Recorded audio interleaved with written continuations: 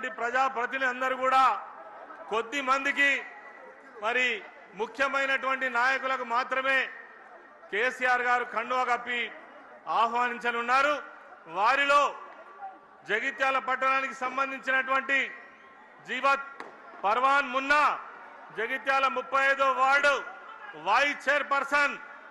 వారిని వేదికపైకి రావాల్సింది కోరుతా ఉన్నాం. అల్లాల సరిత రమేష్ రావు గారు 15వ ward councillor,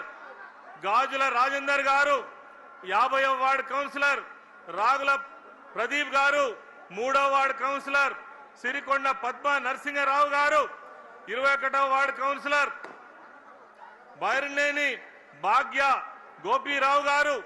28వ ward councillor, తోపారపు Lavanya Rajinikanth గారు 29వ వార్డు కౌన్సిలర్, సామల జమున రాజశేఖర్ గారు 25వ వార్డు కౌన్సిలర్, అదేవిధంగా బత్తిని మహేశ్వరి నాగరాజ్ గారు 9వ వార్డు కౌన్సిలర్, కల్లెపల్లి దుర్గయ్య గారు మున్సిపల్ మాజీ ఫ్లోర్ లీడర్, అప్పాల అశోక్ గారు జగిత్యాల మాజీ కౌన్సిలర్, చెట్పల్లి సుధాకర్ రావు గారు, అదేవిధంగా పద్మశాలి సంఘం నాయకులు, నెహాల్ జగిత్యాల మైనార్టీ నాయకులు, వీరితో పాటు అనేక మంది సర్పంచులు ఈరోజు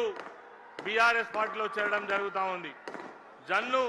రాజేందర్ గారు చెలగల్ సర్పంచ్, అదేవిధంగా పొట్టపత్తిని సతీష్ గారు కన్నాపూర్ సర్పంచ్,